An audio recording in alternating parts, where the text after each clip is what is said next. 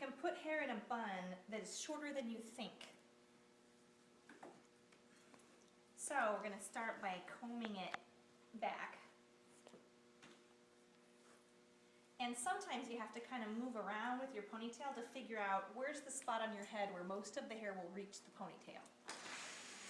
You know, higher or lower, depending on where you can get it to reach. We're having a hard time getting her front hair in, but we can probably stick it down. Kind of like if you watch the video where she put bangs in, you can treat short hair the same way. I'm going to bring it down here to catch the shortest hair, so it's going to be a little low, but we want to catch that short hair. So I'm going to need to wet it and gel it a little to actually get it to stay in. It might be a little bit of a project because her hair really isn't quite reaching. Let's see. I don't know if Heather mentioned this, but a fine-tooth comb is a really perfect thing to get lumps off the top of your ponytail.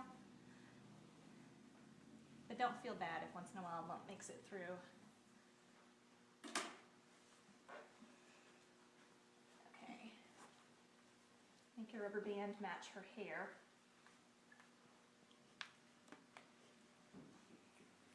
I'm going to see if I can get it done 4 times so it's really tight. Is this hurting your head?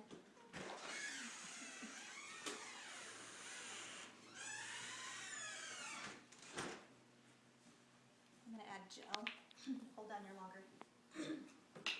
Okay.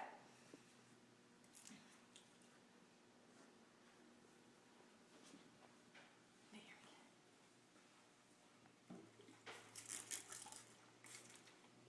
So we've effectively glued your hair to your head.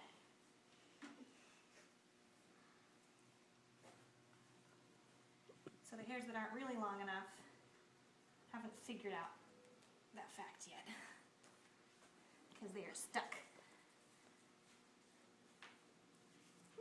It looks like we might have to bobby pin this up a little in the back. We'll see. And then I'm going to cheat with a rolled up piece of tights, or you could buy a bun maker. The way this works is you can start wrapping the hair around it, and it gives the illusion of the fullness you'd have if you had longer hair. And there's not really a right way to do it, but it sort of works if you kind of go in a spiral. Just take some of it and make it go this way.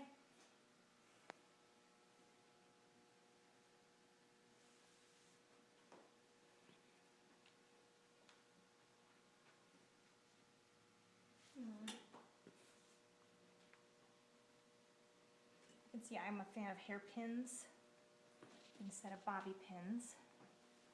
I like the way they wedge up against the scalp, kind of, because they match the curve. And since they're similar to her hair color, you don't really notice them. And you can also buy bobby pins in about every color. Highland Walmart has bobby pins in blonde and red.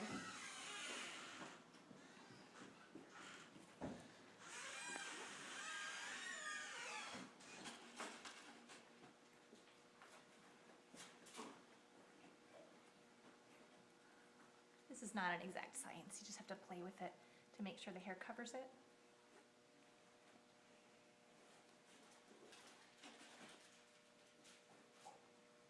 And if it shows, the good news is it's a tan tight, so it's very similar to her hair color. So if your daughter has dark hair, maybe black tights. Red hair would probably work with the tan too. All right, it looks like I've just learned that if you use the bun maker thing or a pair of tights, it takes a lot more hairpins than usual. So a little note about that. And I'm going to do the net. If you make a figure 8 with your net, then you can wrap it at least twice. And then I like to take the extra and just hide it down in there, sort of. And that might need a few hairpins to kind of hold it in. I'm not actually pinning the net, I'm pinning the hair underneath the net. And so the hairpin that's going through the hair will also be anchoring the net because it caught it and brought it with it. And I do this by feel more than anything. You can kind of feel if you're hurting your poor child's head, pulling too hard. Am I pulling too hard? I